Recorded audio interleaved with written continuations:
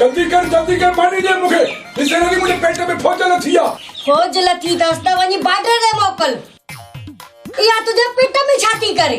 अरे बार्डर ते हिनन फौजन जा कम न है उते असा जड़न जोनन जा कम जोनन जा। हां बाबा अन्या तू जवान अरे न त शाम पोड़ो आया ने तू पोड़ो नहीं तू घोड़ो आ घोड़ो। अमा तो सही थी चे बाबा जो सफा कद जो कान है अरबी घोड़े जड़ो थी सफा अरबी घोड़ो थी। खोले जा पुट ये डंदा डकटू है तहारी मां जो कद वो कहते है बाबा असांजी मां आए असांजी मां त लखन में हिक थी हिक।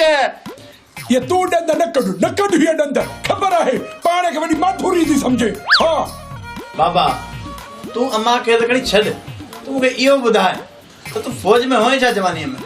अरे फौज में मान है सजी फौज मुझे कट हुई तो के खबर ही ना है।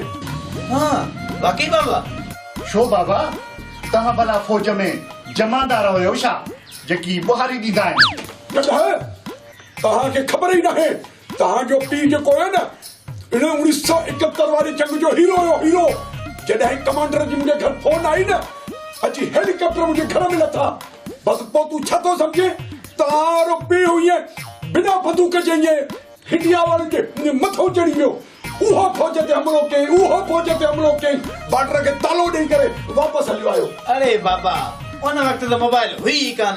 अरे मोबाइल लाई फोन तो हुयो ना टेलीफोन।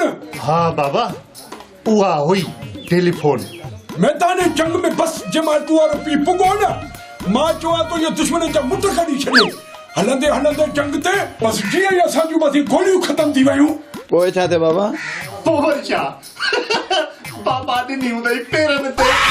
अरे न पोइ मां पंहिंजे फौजनि खे चयुमि अरे हेॾे कढो गुल ना पोइ त बस इहे चितो भरींदा विया त